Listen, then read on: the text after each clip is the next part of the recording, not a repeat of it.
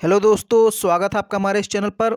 दोस्तों, पिछले वीडियो में मैंने आपको बताया था कि गैब्रियल ओक जो कि far from the madding crowd novel का हीरो था, उसके बारे में मैंने आपको बताया था। उसके कैरेक्टर भी लिखा दिए थे।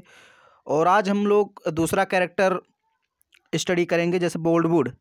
तो बोल्डवुड जो है दोस्तों, ये हीरो तो नहीं है, इस नॉवेल का हीरो तो नहीं, लेकिन कहीं ना कहीं कुछ फीचर्स, कुछ इसकी विशेषताएं हैं जो हीरो के तौर पर देखी जाएंगी।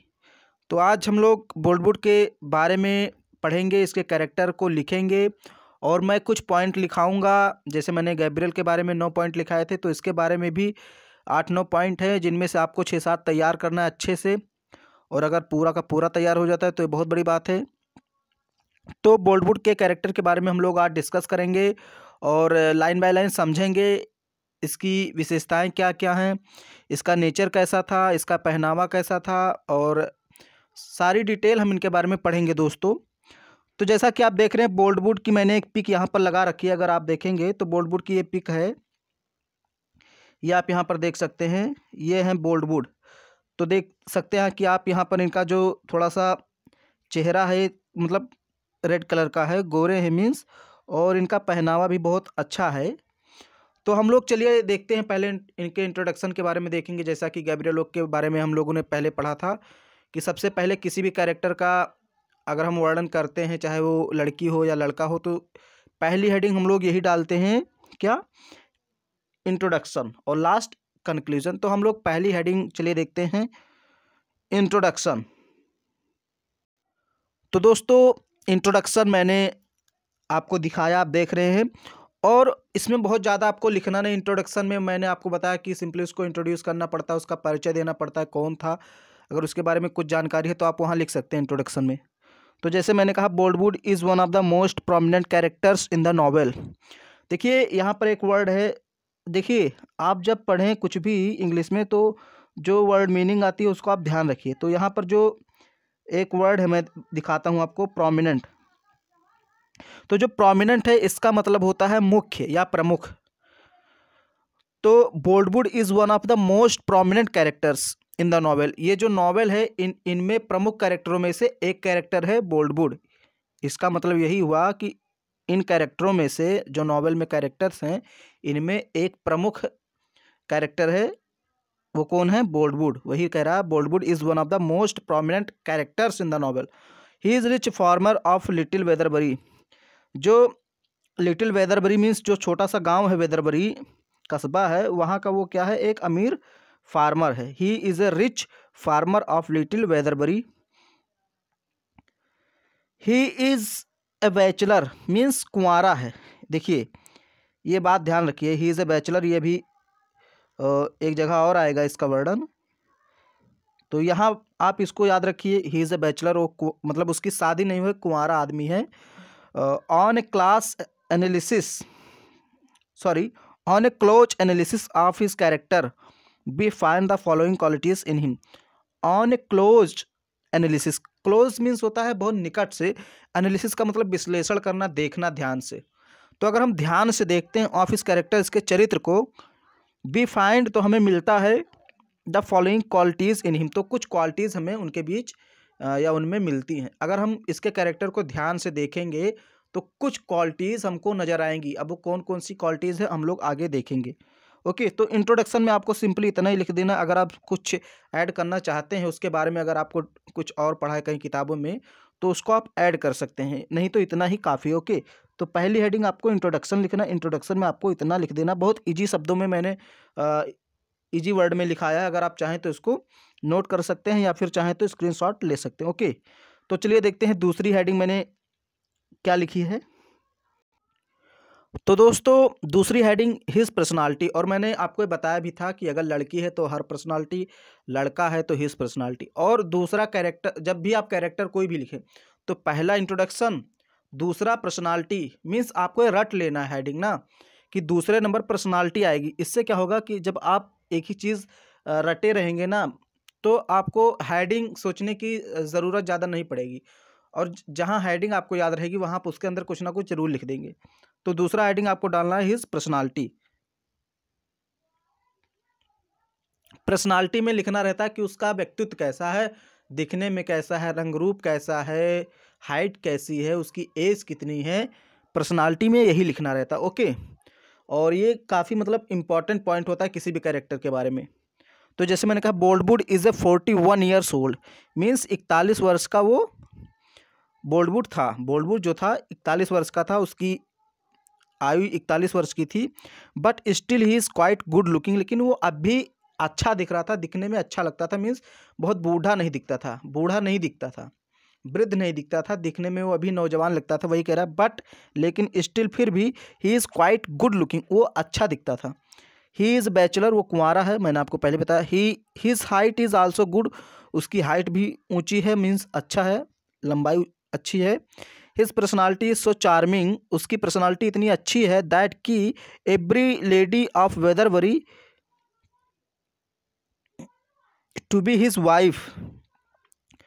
एवरी लेडी मीन्स प्रत्येक औरत ऑफ वेदरबरी, वेदरबरी की टू बी होना चाहती है, हिज वाइफ उसकी औरत।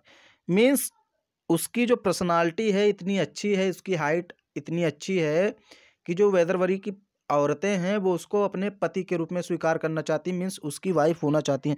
यहाँ पर आप लिख सकते हैं every lady of Weatherbury wants, wants यहाँ पर नहीं लिखा है दोस्तों, तो आप लिख सकते हैं, देखिए मैं जो बोल रहा हूँ उसको आप लिख लीजिएगा, every lady of Weatherbury wants to be his wife, अब सही रहेगा। He wears a cap on his head, अपने हेड पर मीन्स सर पर अपने एक टोपी रख, जो उसका सिर है उस पर एक टोपी रखता है, मीन्स टोपी पहनता है।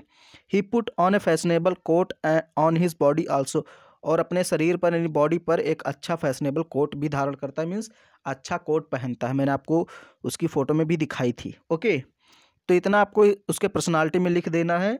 चलिए देखते हैं तीसरी हेडिंग। तीसरी हेडिंग में उसके नेचर के बारे में लिखना है, मतलब उसका स्वभाव कैसा था। तो by nature he is quite silent and reserved, बहुत ही मतलब शांत स्वभाव का है। रिजर्व मीन्स बहुत ही शांत स्वभाव का, या मीन्स आप कह सकते हैं कि बहुत ही मतलब संकोची टाइप का है, मीन्स सोच विचार ज़्यादा नहीं करता है। आप कह सकते हैं कि वेरी रिजर्व्ड। ओके, अपने काम से काम रखता है, किसी दूसरे से मतलब उसका कोई बहुत ज़्यादा बातचीत नहीं होती है, शांत स्वभाव का कुल मिलाकर यही है।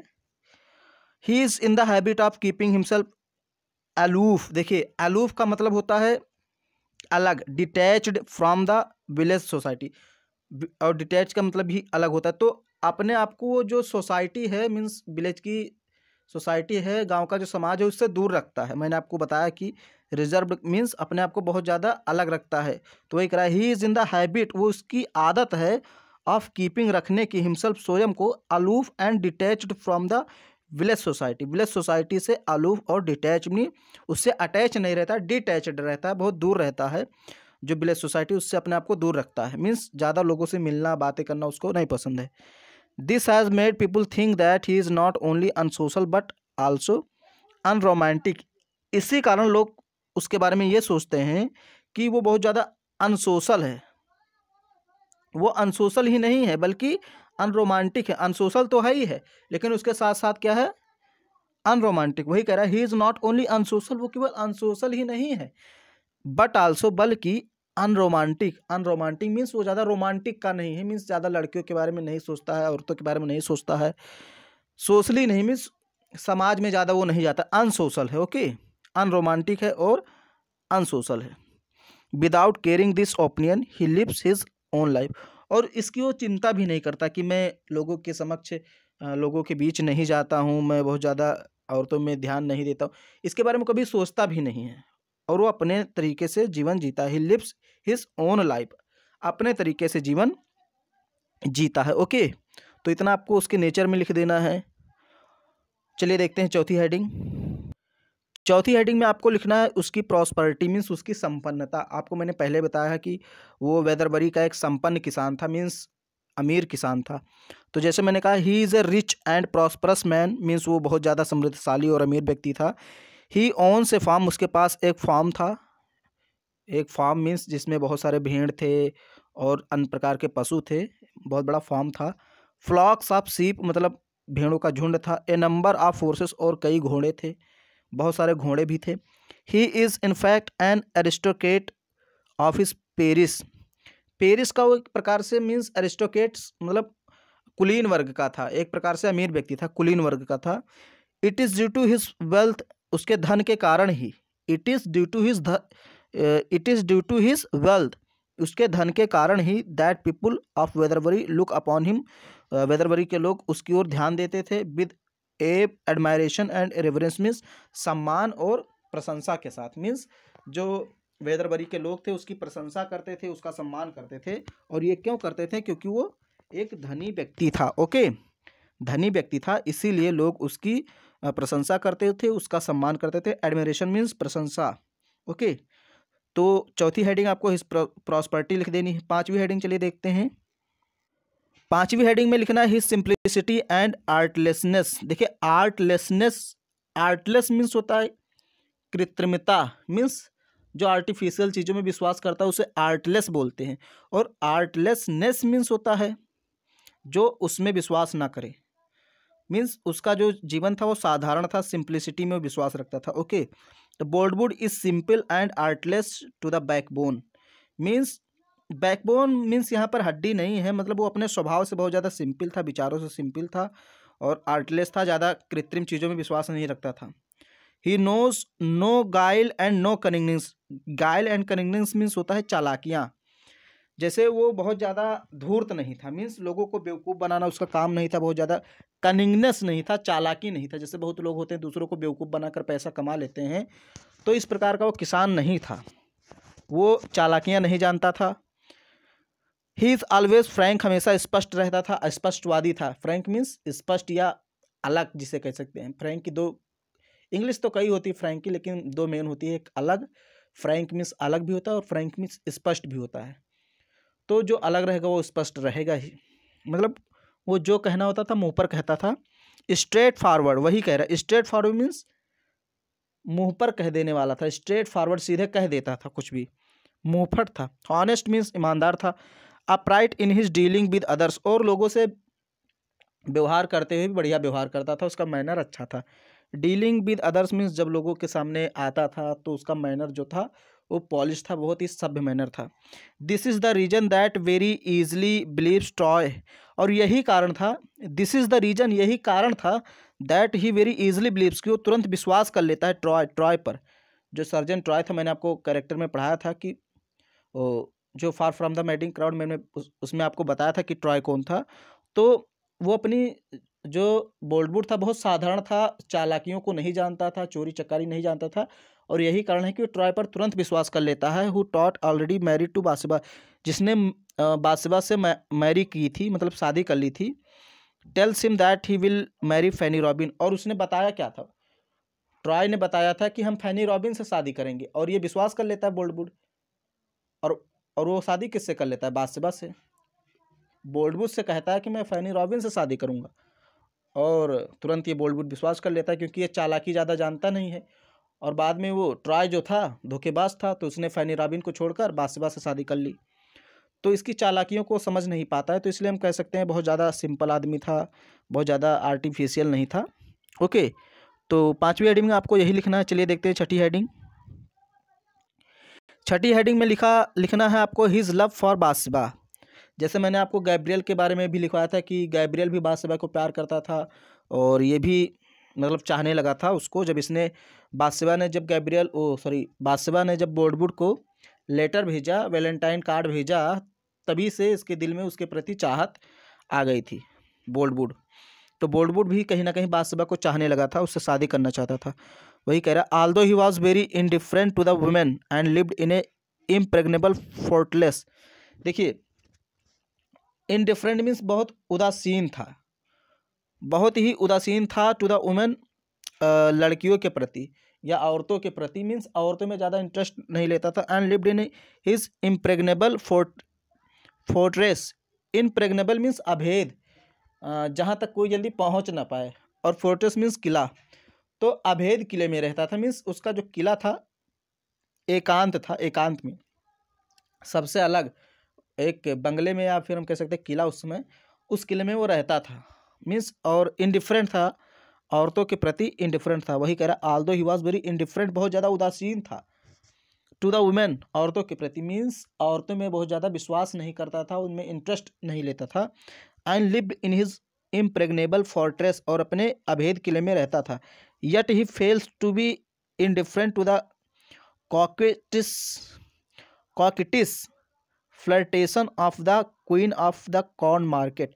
कॉर्न मार्केट की जो क्वीन थी, रानी, कॉर्न मार्केट की रानी कौन थी? बादशाह।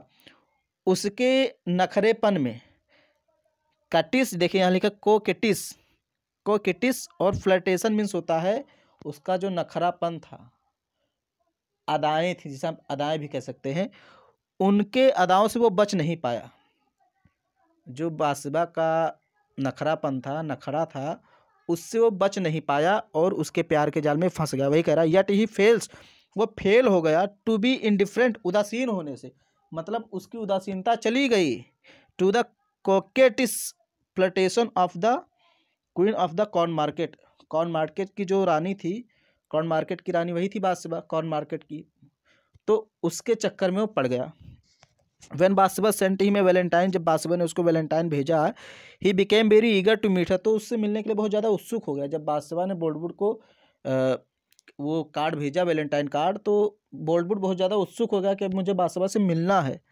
ही सेज टू हर, और वो जब मिलता है तो उससे कहता है आई वॉन्ट यू, मैं तुम्हें चाहता हूँ, आई वॉन्ट यू, मैं तुम्हें चाहता हूँ, I want you as my wife, मैं तुम्हें अपनी वाइफ के रूप में चाहता हूँ, and I will protect and cherish you with all my strength, और मैं तुम्हारी रक्षा करूँगा और तुम्हें प्रसन्न रखूँगा पूरी अपनी ताकत के साथ। But unfortunately he can not married हर, लेकिन दुर्भाग्य था कि वो उससे शादी नहीं कर पाता, क्योंकि उससे शादी कौन कर लेता है?